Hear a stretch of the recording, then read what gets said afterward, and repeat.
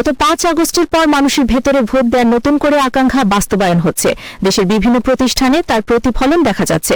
সোমবার ব্যাপক উৎসাহ ও উদ্দীপনার মধ্যে অনুষ্ঠিত হল ফুলবাড়ী গেট বাজার বণিক সমিতির ত্রিবার্ষিক সাধারণ নির্বাচন।